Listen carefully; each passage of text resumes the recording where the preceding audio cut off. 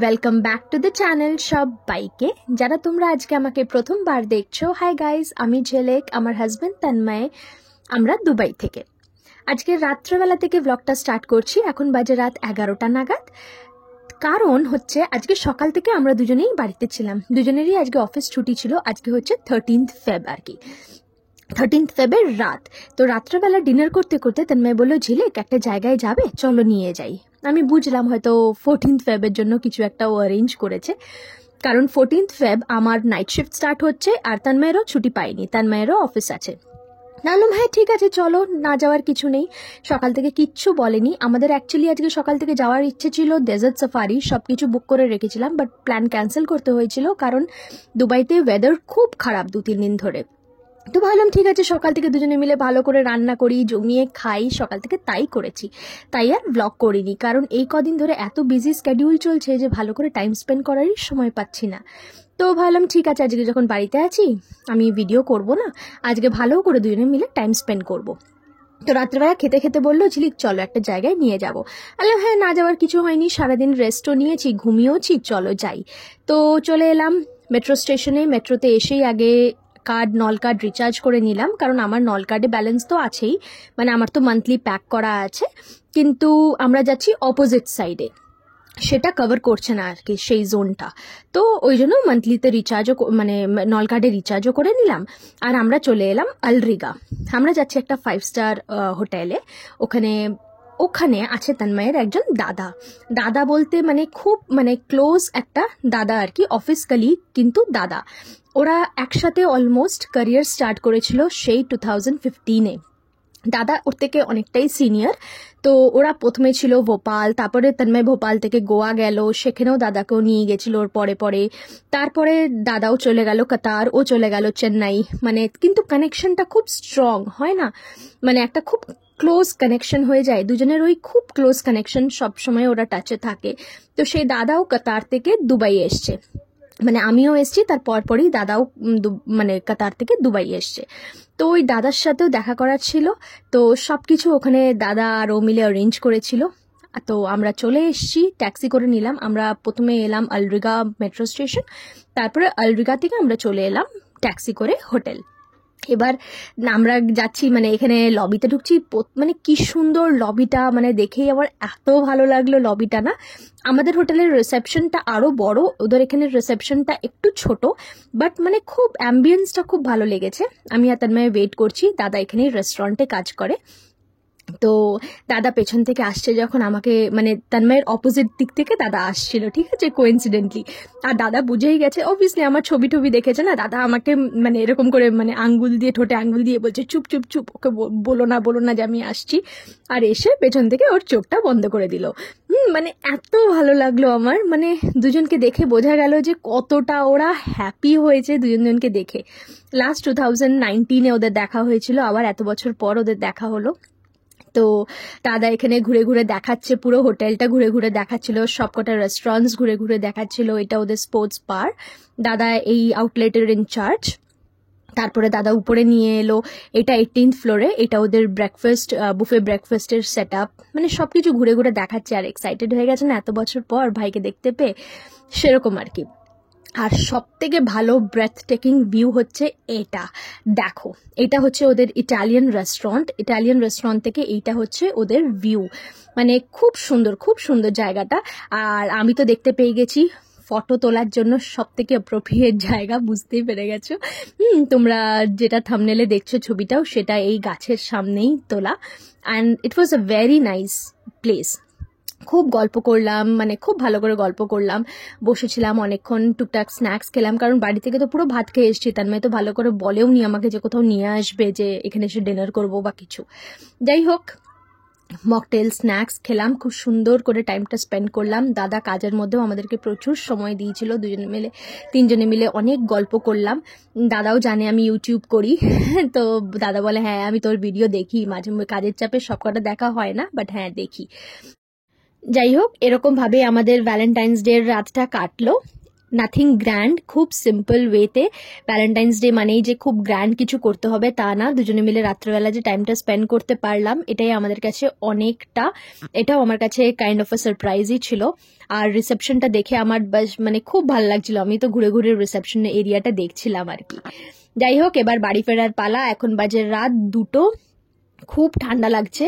এখান থেকে বেরিয়ে ডাইরেক্ট ট্যাক্সি করেই আমরা বাড়ি চলে যাব, আর তো মেট্রো এখন পাবো না, ডাইরেক্ট ট্যাক্সি করে নিচ্ছি। বাইরের ওয়েদারটাও ঝিরঝির ঝিরঝির বৃষ্টি আবার শুরু হয়ে গেছে, তাই ডাইরেক্ট ট্যাক্সি করেই বাড়ি ফিরছি। আবার কাল সকালে তোমাদের সাথে ভিডিওতে দেখা হচ্ছে। কেমন, এখন বাড়ি গিয়ে একটা টেনে ঘুম দিই। সকালবেলাও হয়ে গেছে, সকালবেলা বেশ দেরি করেই আমি আজকে একটুখানি ভিডিওটা স্টার্ট করছি। ঘুম থেকে উঠে ভালো করে স্নান করে নিয়েছি, তন্ময় অফিস চলে গেছে। আজকে থেকে আমার নাইট শিফট, বললাম না, তো নাইট শিফটের আগে অনেক প্রিপারেশন দরকার। হ্যাঁ, মানে আমি একটুখানি মেন্টালি প্রিপেয়ার হয়ে থাকি নাইট শিফটের সময়, কারণ আমি জানি না শরীরটা কিরকম পারমিট করবে। আর অনেক দিন পর নাইট করছি আমি এবার, কারণ ডিসেম্বরে আমি লাস্ট নাইট করেছিলাম, মনে আছে? 1 জানুয়ারির সময় আমার নাইট শিফট চলছিল, আমি তোমাদের সাথে শেয়ার করেছিলাম। তো তারপরে এটা ফেব্রুয়ারির মিড নাইট করছি, তো অলমোস্ট 1.5 মান্থ পরে আমি নাইট করছি। তো যাই হোক, এই অফিসে আমার এটাই ভালো লাগে যে খুব ফ্রিকুয়েন্টলি নাইট করতে হয় না, বেশ মানে, কারণ এখানে স্টাফিং খুব ভালো আছে, তাই নাইটটা খুব বেশি যে করতে হয় তা না, বাট নিজেকেও তো একটু প্রিপেয়ার হয়ে নিতে হবে। আর অনেক দিন দেখলাম আপার লিপ করা হয়নি, তো আজকে একটু আপার লিপটা করে নিলাম, নিশ্চিন্তি কদিন। হ্যাঁ, যে আর কোনো রকমের গ্রুমিং এর কোনো টেনশন থাকবে না।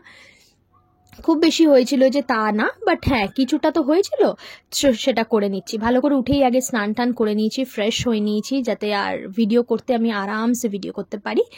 তো যাই হোক, এই যে নিজের স্কিন কেয়ারও করে নিলাম, প্রথমে সেরাম লাগালাম, তারপরে এখন আপার লিপটা করে নিচ্ছি, তারপরে ফেস ক্রিম লাগিয়ে যাব রান্না করতে। আমি রান্না করার পরও আবার একবার ফেস ওয়াশ করে নতুন করে ক্রিম লাগাই, কারণ রান্না করার সময় তো মুখে অনেক রকমের হয়ে যায়, মশলাপাতি লেগে যায়, তাই জন্য। আর এই দেখো আপার লিপ করেছি, কতটা বেরিয়েছে দেখো। যাই হোক, মুখে আবার ক্রিম লাগিয়ে নিচ্ছি, ক্রিম লাগিয়ে এবার রান্নাঘরে যাব, ভালো করে রান্নাটা শুরু করব আর কি। এই পন্ডসের এই ক্রিমটা আমি ছাড়তে পারছি না, পন্ডসের এই ক্রিমটা আমার প্রচণ্ড ভালো লাগে, খুব লাইট ওয়েট।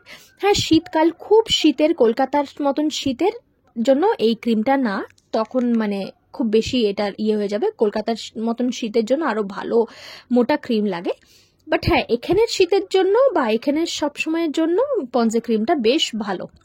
বডি লোশন লাগিয়ে নিলাম, নিজে গ্রুমিং করে নিলাম, তারপরে তন্ময়ের জামা কাপড় আমি সকালবেলায় দিয়ে নিয়েছিলাম, এক প্রস্ত কাঁচা হয়ে গেছে, এবার আমারগুলো দিয়ে নিচ্ছি। জামা কাপড়গুলো কাঁচা থাকলে না অনেকটা কাজ এগিয়ে যায়।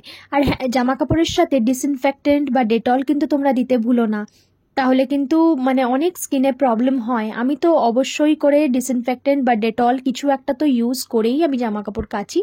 আর ডেটল দিলে কি জামা কাপড় থেকে একটা ভালো গন্ধও বেরোয়, খুব ভালো লাগে, মানে খুব ফ্রেশ ফিল হয়। ডিসইনফেক্টেন্ট দিলে খুব একটা আর ওই অ্যারোমাটা আসে না, বাট হ্যাঁ, ডেটল দিলে অ্যারোমাটা আসে। এখন এখানে আমি ডিম সেদ্ধ হতে বসিয়ে দিয়েছি, ডিম সেদ্ধ হচ্ছে, আর আগের দিনের কিছুটা ভাত আছে, বুঝলে তো।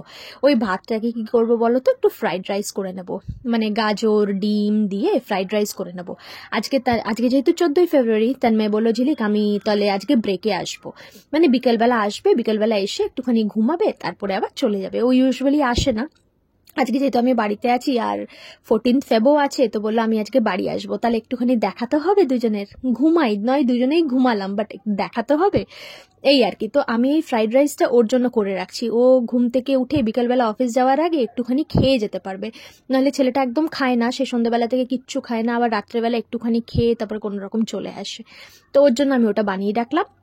হাতান মেয়ে সকালবেলা অফিস যাওয়ার আগে পালংটা আমার জন্য ভালো করে পরিষ্কার করে দিয়ে গেছিল। আমি এদিকে আলু পালং চিংড়ি দিয়ে যেই রেসিপিটা বানাই সেটা বানাবো আর কি। আর এইদিকে এই যে ফ্রাইড রাইসটা আমার হচ্ছে।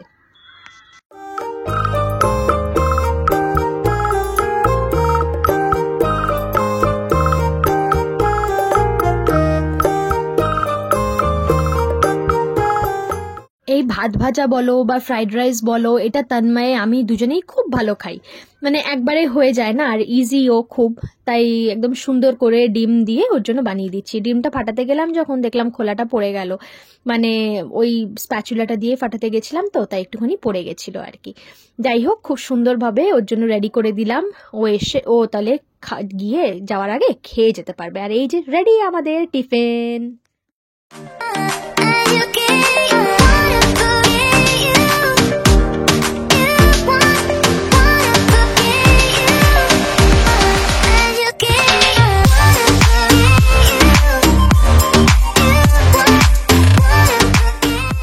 এদিকে আমি দুটো গ্যাসেই বসিয়ে দিয়েছি আমার রান্না, দুদিকে দুটো রান্না হচ্ছে। আচ্ছা, আমি কি রান্না করছি আজকে? বানাচ্ছি হচ্ছে ডিমের কষা বা ডিমের ঝোল টাইপের একটু বানিয়ে নেবো, যাতে একটুখানি বেশি থাকে আর কি। আজকে খেয়ে নেবো, আবার যদি থেকে যায় তাহলে কালকে খেয়ে নিতে পারবো একটুখানি।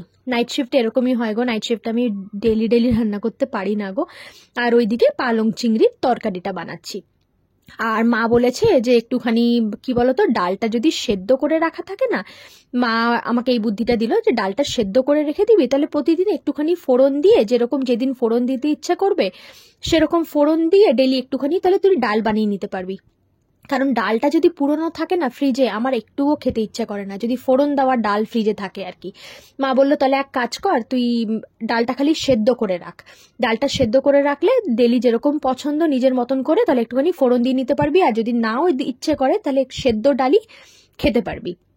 সেদ্ধ ডাল উপর থেকে একটু সর্ষের তেল দিয়ে, একটুখানি কাঁচা পেঁয়াজ দিয়ে, লঙ্কা দিয়ে, তাহলে খেতে পারবি। সেটাও করে নিলাম আমি, ডাল সেদ্ধও খালি একটুখানি করে নিয়েছি। আর ওইদিকে মামুনি ফোনে বললো, ঝিলিক তুমি এক কাজ করো, ডিমের কষা বানিয়ে নাও, ডিমের ঝোল বা কষা যেটাই হয় সেটাই বানাও। আমি বললাম হ্যাঁ এটাও ভালো বলেছো মামুনি। ওইদিকে আবার ডিমেরও বানাচ্ছি, দুই মা যা বলেছে আমি বাধ্য মেয়ের মতন আমি তাই করেছি। যাই হোক, রান্না অলমোস্ট কমপ্লিট। এই যে আমার আলু পালং চিংড়ির তরকারি, আর এই যে ডিমের ঝোল। একটুখানি ডিমের ঝোলটা থাকলেও তন্ময় যদি রাত্রেবেলা এসে খেতে চায় ও খেতে পারবে। এরকম ভাবেই কাটলো আমাদের ভ্যালেন্টাইন্স ডে প্লাস সরস্বতী পুজো। আশা করি আজকের ভিডিওটা তোমাদের ভালো লেগেছে। ভালো লাগলে অবশ্যই করে লাইক, কমেন্ট, শেয়ার, সাবস্ক্রাইব করে পাশে থেকো। ভ্যালেন্টাইন্স ডে, সরস্বতী পুজো কেরম কাটলো তোমাদের আমাকে কমেন্ট সেকশনে জানিও।